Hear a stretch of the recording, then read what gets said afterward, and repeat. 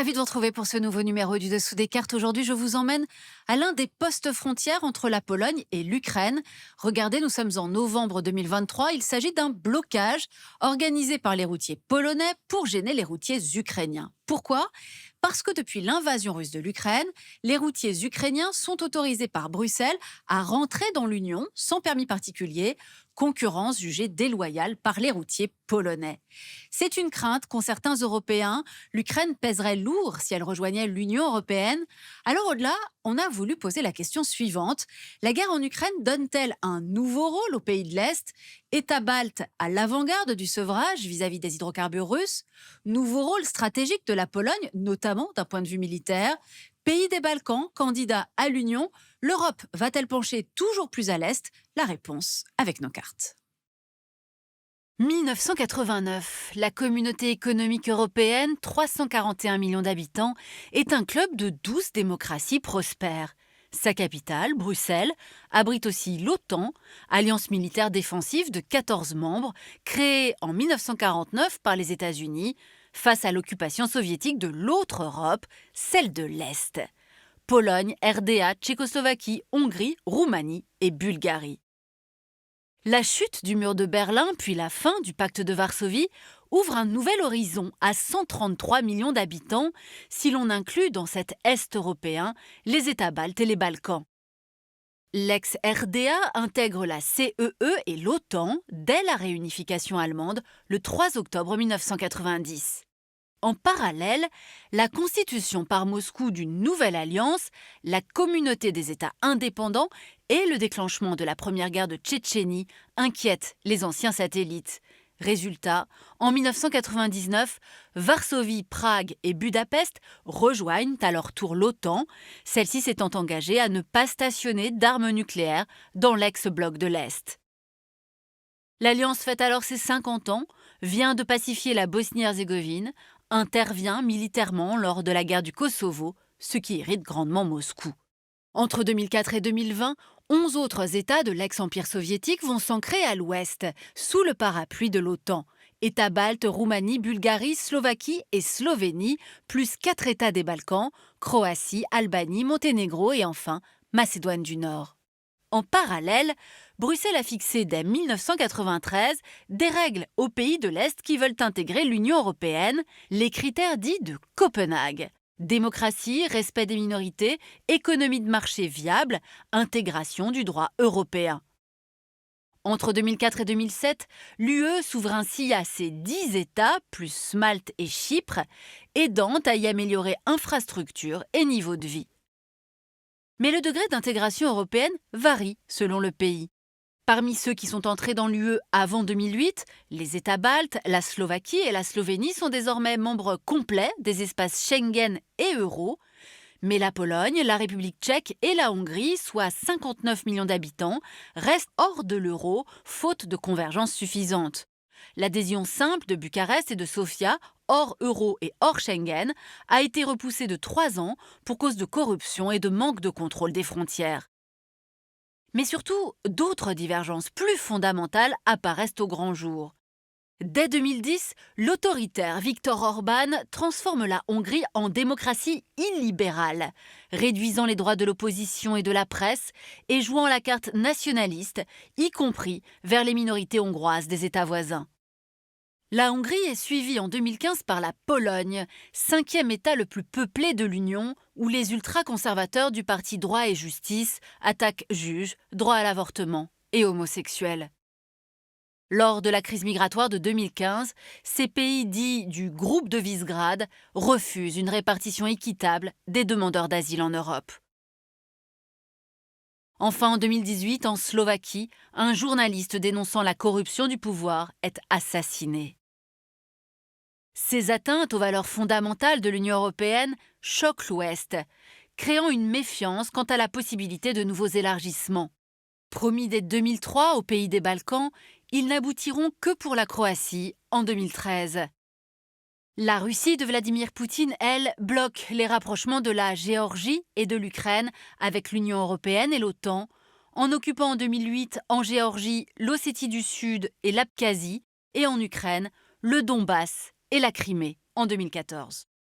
Les sanctions européennes, puis les accords russo-ukrainiens de Minsk, parrainés par Paris et Berlin, figent le conflit sans le résoudre. Varsovie et les États baltes ont beau alerter face à l'expansionnisme russe, les 28 sont occupés par les crises de l'euro en Grèce, par le Brexit et par la crise mondiale du Covid-19. On l'aura compris, la chute du mur a permis de casser la séparation Est-Ouest de l'Europe, entraînant une adhésion de nombreux pays de l'ex-bloc soviétique à l'Union européenne et à l'OTAN. Sauf qu'au fil du temps, on l'a vu, de nouveaux clivages Est-Ouest ont réapparu, tandis que le nouvel impérialisme russe a remis toute la lumière sur cet Est européen, lui donnant, on va le voir, un nouveau rôle géostratégique. En effet, la guerre en Ukraine place les pays de l'Est en première ligne, tant pour l'accueil des 8 millions de réfugiés ukrainiens, dont on voit ici le nombre à l'automne 2023, que pour l'aide directe, jusqu'à 1% de leur PIB pour les États baltes et la Pologne, contre 0,2% pour l'Europe de l'Ouest. Côté militaire, l'aide américaine, britannique, allemande domine en valeur absolue, mais les dons de missiles baltes, d'avions tchèques et de chars polonais ont été cruciaux. Et en 2022, le boom des dépenses militaires a atteint 36% en Finlande, 27% en Lituanie, 11% en Pologne, selon l'Institut CIPRI. En défendant son flanc Est, l'OTAN a par ailleurs envoyé 4 bataillons multinationaux en Slovaquie, Hongrie, Roumanie et Bulgarie, renforcer les 4 déjà stationnés depuis 2017 en Pologne et dans les États baltes. Au total, 40 000 hommes, en plus des 100 000 GIs en Europe. À cela s'ajoute l'adhésion en urgence à l'OTAN de la Finlande le 4 avril 2023, celle de la Suède attendant la ratification de Budapest qui la bloque.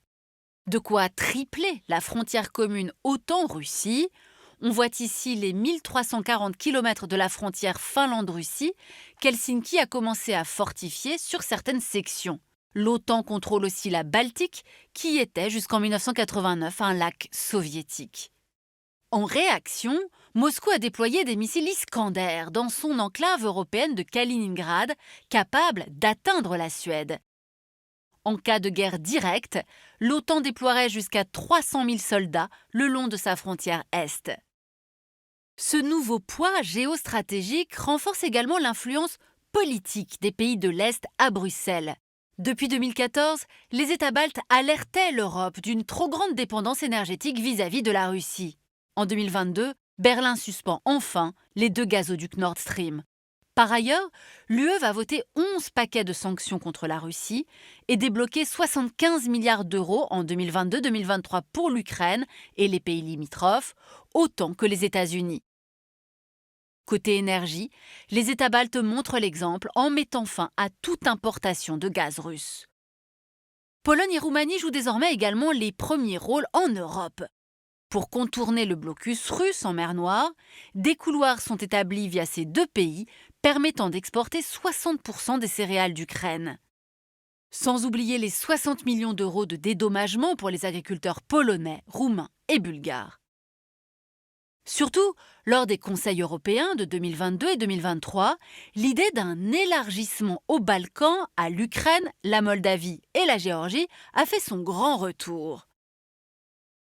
L'Union européenne s'inquiète de l'influence de la Russie très active en Serbie, en République serbe de Bosnie-Herzégovine et au Monténégro, mais aussi d'autres influences étrangères concurrentes, celle de la Turquie autoritaire d'Erdogan en Bosnie et de la Chine de Xi Jinping, Pékin ayant intégré tous les Balkans sauf le Kosovo à son initiative dite 14+1, y finançant ponts et autoroutes.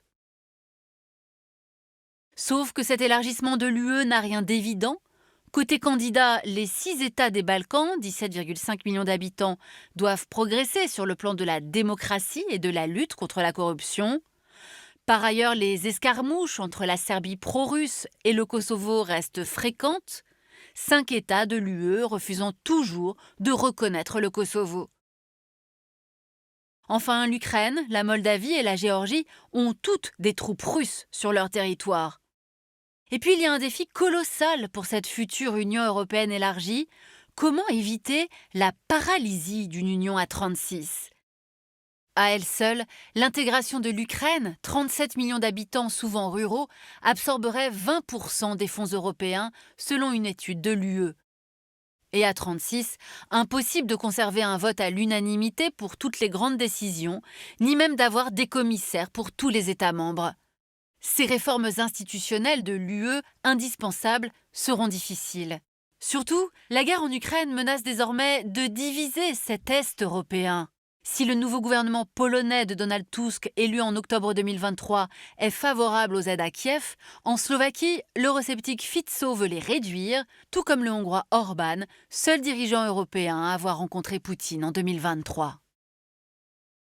L'invasion russe de l'Ukraine et 2 années de guerre ont donc déplacé le centre de gravité de l'Europe vers l'est du continent, de même que les projets d'élargissement de l'Union européenne. Cette Europe à 35 ou 36, difficile à réaliser, on l'a vu, donnerait au continent un poids économique équivalent à celui des États-Unis. Mais sur le plan politique, cette communauté élargie partagerait-elle vraiment les mêmes valeurs, notamment en ce qui concerne le modèle européen de la démocratie libérale? Et pour aller plus loin, l'Atlas de l'Europe par Franck Tétart et Pierre-Alexandre Mounier aux éditions Autrement. Ainsi s'achève ce nouveau numéro du Dessous des cartes. Rendez-vous bien sûr la semaine prochaine, même endroit, même heure. Et d'ici là, n'oubliez pas nos réseaux sociaux et arte.tv pour retrouver l'ensemble de nos vidéos. Abonnez-vous, commentez.